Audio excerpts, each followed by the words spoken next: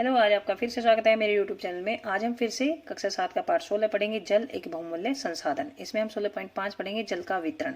इससे पहले वाले टॉपिक्स हैं वो मैंने पहले वाले वीडियोज में कवर कर लिए हैं, जिसका लिंक मैंने डिस्क्रिप्शन बॉक्स में दिया हुआ है, तो वो आप जरूर देखें। अब हम 16.5 पढ़ेंगे, जल का वितरण। वीडियो देखने से पहले सब्सक्राइब जरूर करें। जल का वितरण का अर्थ है जल कहाँ कहाँ मिलता है, जल मतलब कहीं कहाँ पर जल प्राप्त होता है। वितरण मतलब होता है जैसे कि यहाँ पे जल मिलता है, वहाँ जल मिलता है, अलग अलग जगह पर जल का प्राप्त होना जल का वितरण कहलाता है। तो अनेक कारणों से विश्व के विभिन्न क्षेत्रों में पाए जाने वाले जल के वितरण में बहुत असमानता है।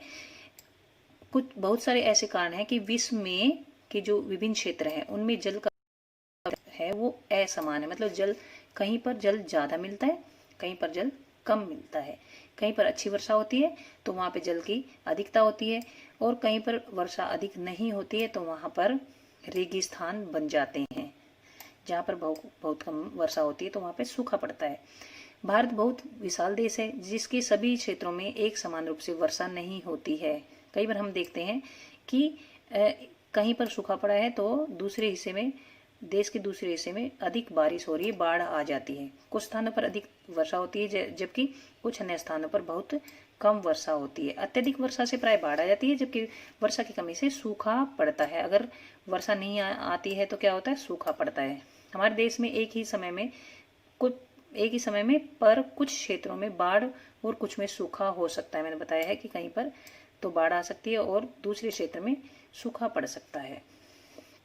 क्रियाकलाप 16.5 है। हमारे देश में औसत वार्षिक वर्षा का वितरण चित्र 16.8 में दिखाया गया है। औसत वार्षिक वर्षा मतलब वर्ष में कितनी वर्षा होती है, उसका एवरेज दिखाया है 16.8 में। मानचित्र में उस स्थान को ढूंढिए जहां आप रहते हैं। देखिए ये चित्र 16.8 है, इसमें हमें ये वर्षा दिखा रखी कि कितनी वर्षा होती है।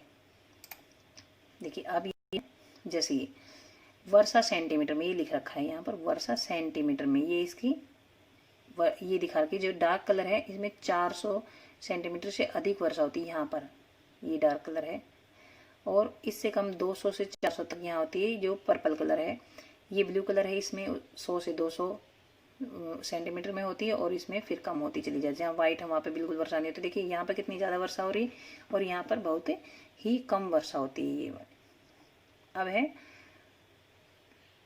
हम देखेंगे प्रश्न नंबर 2 क्या है। मानचित्र में उस स्थान को ढूंढिए जहां पर आप रहते हैं। क्या आपके क्षेत्र में पर्याप्त वर्षा होती है?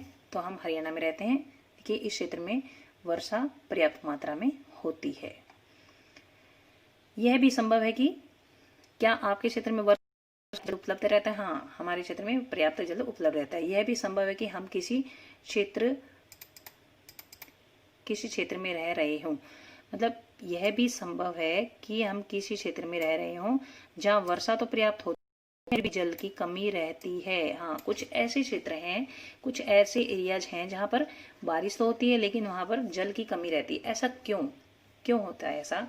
क्योंकि हम कह सकते हैं कि यह जल संसाधनों के कुप्रबंधन के कारण होता है। जल संसाधनों का जो प्रबंधन है वो अच्छे से नहीं होता है, हम यह कह सकते हैं। तो इसमें हम फिर जल प्रबंधन में पढ़ेंगे कि जो प्रबंधन है, जल का प्रबंधन वो कैसे किया जाए ताकि सभी को पर्याप्त मात्रा में जल प्राप्त हो सके। यह हम नेक्स्ट टॉपिक में पढ़ेंगे। यहाँ तक का ये वीडियो खत्म होता है। वीडियो देखने के लिए धन्यवाद।